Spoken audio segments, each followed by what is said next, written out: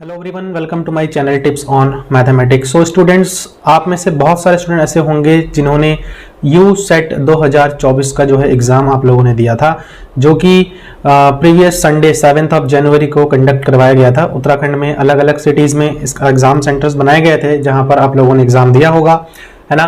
दो इसमें जो है पार्ट थे, आप लोग सबको पता होगा जिन्होंने एग्ज़ाम दिया है।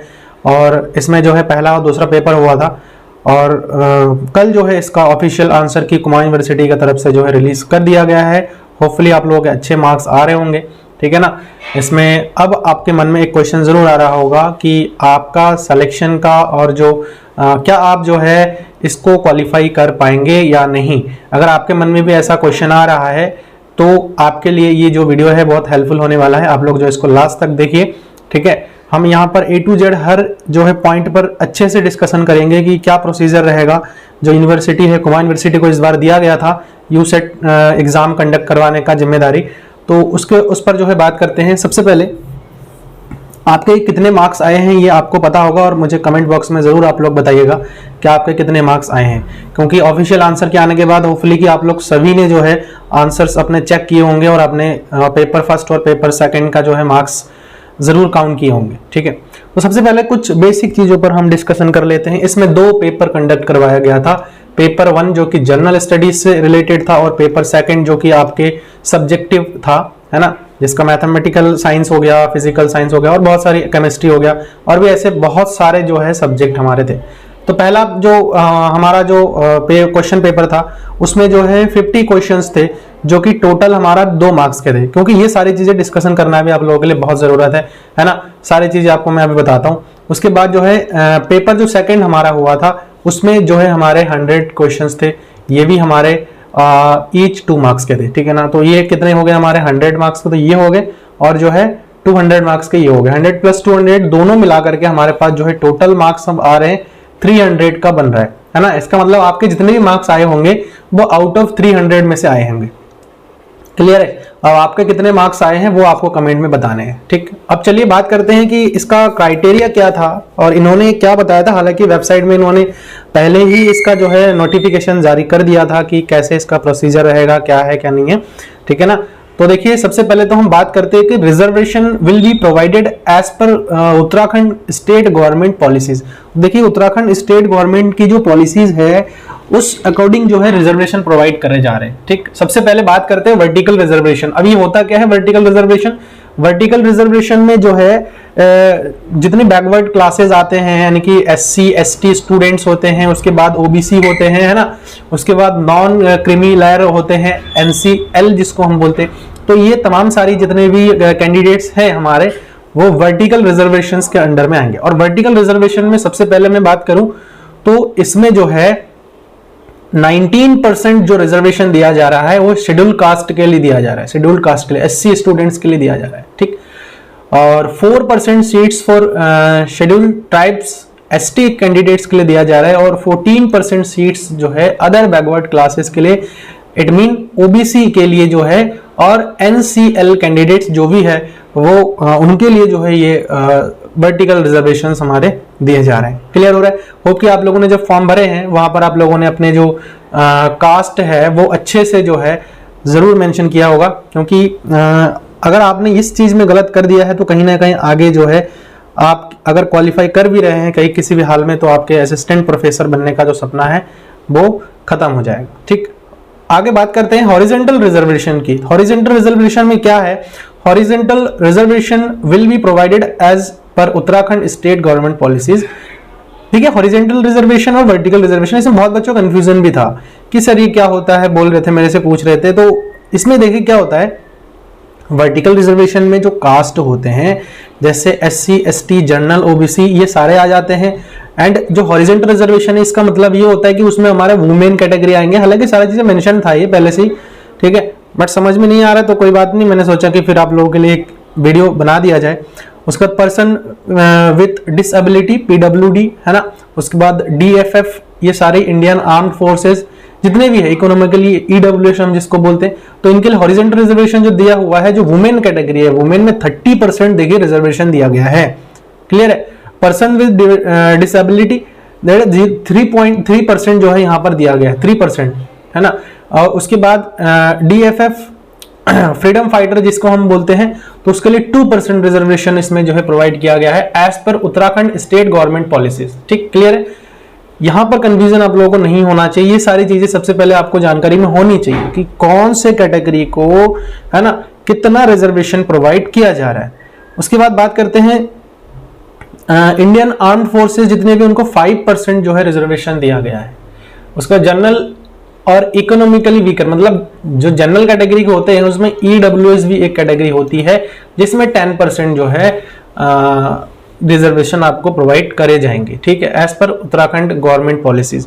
उसके बाद बात करते हैं स्कीम डेट, ये तो आपको पता ही होगा, है ना। The test will be consist of 2 paper, जो कि मैंने पहले ही आप लोगों को एक्सप्लेन करके सारी चीजें बता दिया है। इसमें all the 2 papers will consist only multiple choice question इसमें थे आपके, और उसके बाद जो है इसमें इसको 7 तारीख को किया गया था, इसमें कोई डाउट नहीं होना चाहिए।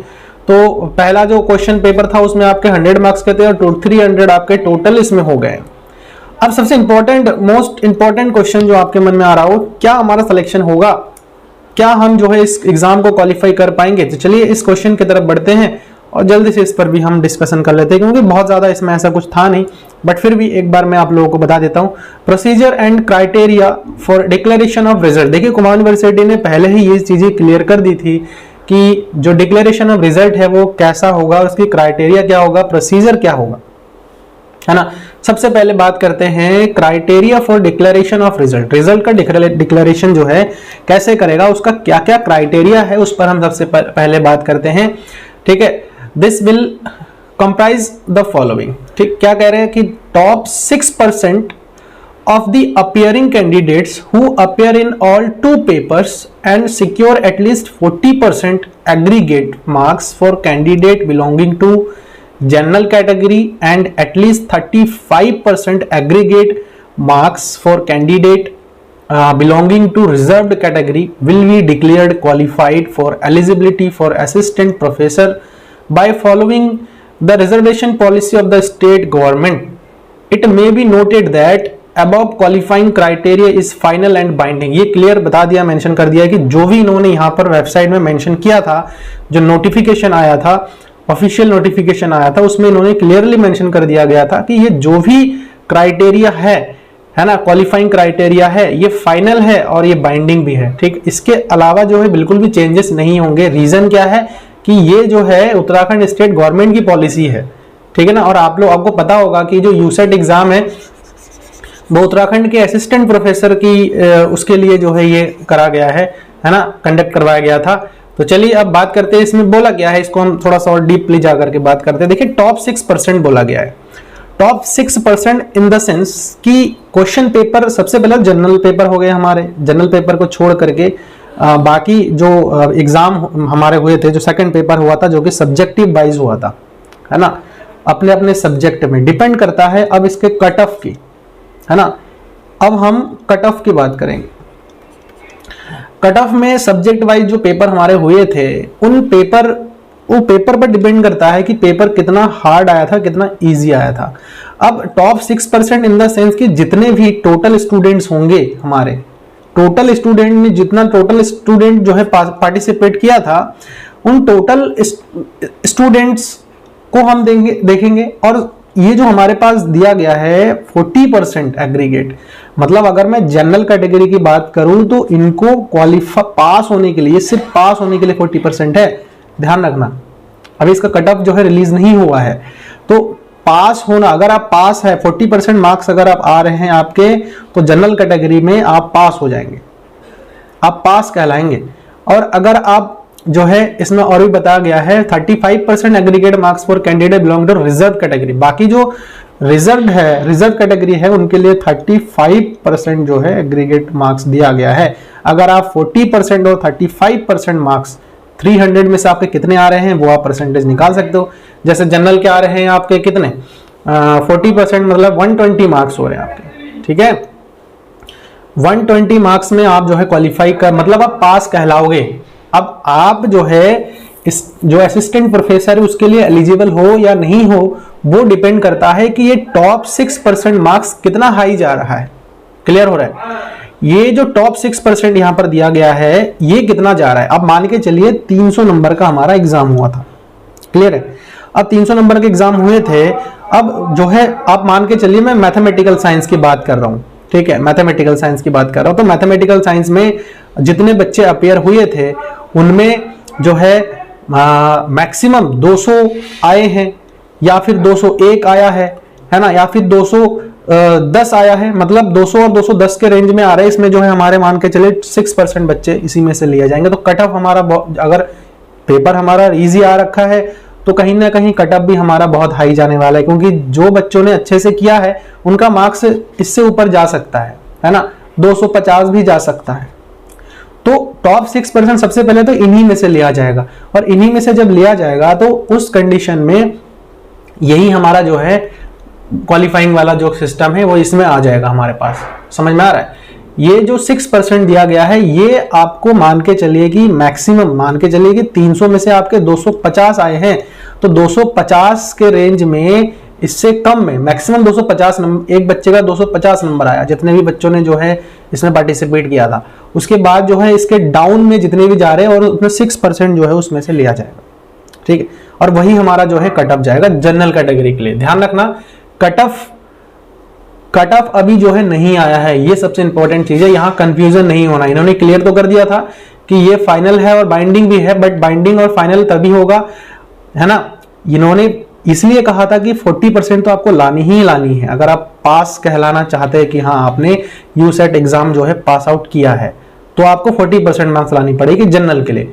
बाकी जो रिजर्वेशन है उसके लिए 35% मार्क्स लानी पड़ेगी। ये था सिर्फ पास होने के क्राइटेरिया। लेकिन अभी आपने असिस्टेंट प्रोफेसर के लिए आप जो है क्वालिफाई किए हैं या नहीं किए हैं, वो डिपेंड करेगा टॉप 6% स्टूडेंट्स जो है कितना नंबर लेकर के आ रहे हैं मैक्सिमम, तो उसी के रेंज पर जो है 6% का बनाया जाएगा। तो होप कि आप लोगों को जो है ये चीजें समझ में आई होंगी, है ना। अगर फिर भी कहीं पर डाउट है तो आप लोग मुझे कमेंट के माध्यम से बता सकते हैं, मेरे से पूछ सकते हैं, ठीक है ना। मैं आप लोगों को वहां पर जरूर हेल्प करूंगा, ठीक। बाकी वेट करते हैं, इसका रिजल्ट भी आने वाला है, और एक आंसर की चैलेंज का है, तो उसके लिए एक मैं सेपरेट वीडियो बनाऊंगा कि आप कौन कौन से क्वेश्चंस के लिए आंसर की को चैलेंज कर सकते हैं।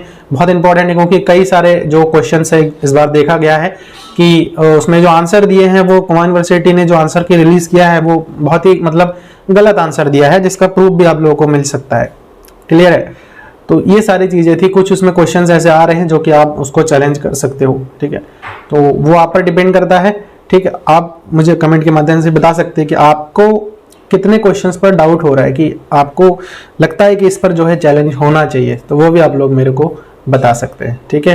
होपफुली समझ में आया होगा, और चैनल पर अगर नए हैं तो आप लोग जो है इसको सब्सक्राइब कर लीजिए, और वीडियो सही लगे, हेल्पफुल हुआ है, आप लोगों के लिए हेल्पफुल है, तो इसको जो है आप लोग लाइक करिए और अपने दोस्तों के साथ भी इसको शेयर करिए, ठीक है। मिलता है नेक्स्ट वीडियो में। Thank you so much.